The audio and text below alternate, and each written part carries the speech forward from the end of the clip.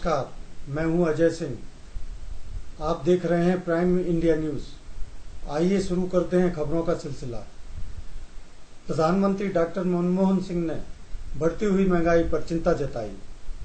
प्रधानमंत्री कल संसद में राष्ट्रपति के अभिभाषण पर चर्चा का जवाब दे रहे थे। उन्होंने अपने जवाब में विपक्ष द्वारा उठाए गए लगभग सभी मुद्दों का जवाब दिया। भारत और पाकिस्तान के बीच समस्या के समाधान के लिए कहा कि यह केवल सार्थक और द्विपक्षीय वार्ता से ही संभव है। उन्होंने कहा कि भारत पाक के बीच तीसरे देश की मध्यस्थता का सवाल ही नहीं पैदा होता।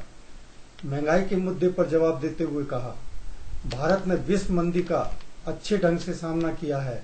इसकी वजह है अर्थव्यवस्था का मजबूत आधार। लेकिन विश्व बाजार में कीमतें, खासतौर पर खाद्य वस्तु में बहुत उछाल आ गया। चूंकि भारत अब मुक्त अर्थव्यवस्था की ओर बढ़ रहा है, इसलिए हमारा इस समस्या से अछूता रहना संभव नहीं है। मेरी सरकार ने महंगाई को अन्य देशों के मुकाबले काफी कम रखा। प्रधानमंत्री ने आगे कहा, ऊंची विकास दर रखना उनकी शीर्ष प्राथमिकता है।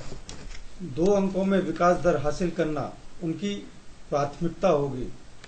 अगले वित्त वर्षों में यदि हम सामाजिक ढांचे को मजबूत कर लें तो 9% विकास दर हासिल करना असंभव नहीं होगा। I will be the last one to deny that the behavior of food prices in the last 1 year is something which does not worry us. We have been worried about it greatly to the extent that we could adopt measures we have adopted and the House. प्रधानमंत्री ने उत्तर प्रदेश में प्रतापगढ़ के आश्रम में मारे गए लोगों के प्रति संवेदना व्यक्त की। उन्होंने 2-2 लाख रुपए मृतकों को और 50-50 हजार रुपए घायलों को देने की घोषणा की। इंदौर में रंग पंचमी की धूम पूरे दिन रही। रंग पंचमी का त्योहार इंदौर में होली के मुकाबले अति उत्साह और उमंग से मनाया जाता है। चारों ओर हर्ष और उल्लास से रंग पंचमी मनाई जाती है। इस अवसर पर रंगों की छटा देखते ही बनती थी। राजबाड़े में रंगों की छटा देखते ही बनती थी। पूरे शहर में रंगों की बौछार नजर आ रही थी। उधर भोपाल में भी रंग पंचमी के दिन उल्लास से हुरियारे थिरके।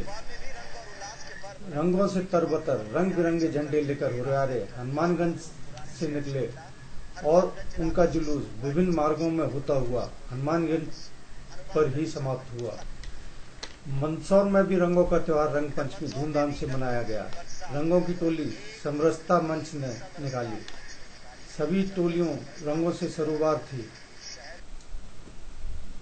मध्य प्रदेश के उद्योग मंत्री कैलाश विजयवर्गीय ने रंग पंचमी के एक दिन पहले बजरबट्टू सम्मेलन में कृष्ण का रूप धारण किया।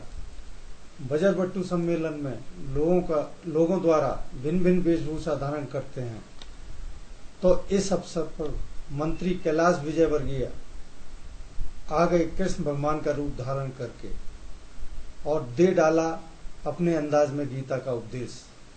जब समाज ने नेतृत्व दिया तो मैं जरूर कहता हूं कि काम करो, ईमानदारी से करो, जम के करो और इतना जम के करो कि लोग आपके शिकायत ही करते रहे हमेशा। तो मैं चाहता हूं कि ये गीता का सबसे बड़ा ज्ञान है कि इतना जम के काम करो कि लोग आपकी शिकायत करते रहें और लोग आप पे चलते रहें। प्रसिद्ध उद्योगपति गंगा प्रसाद बिरला का शुक्रवार की रात कोलकाता में निधन हो गया।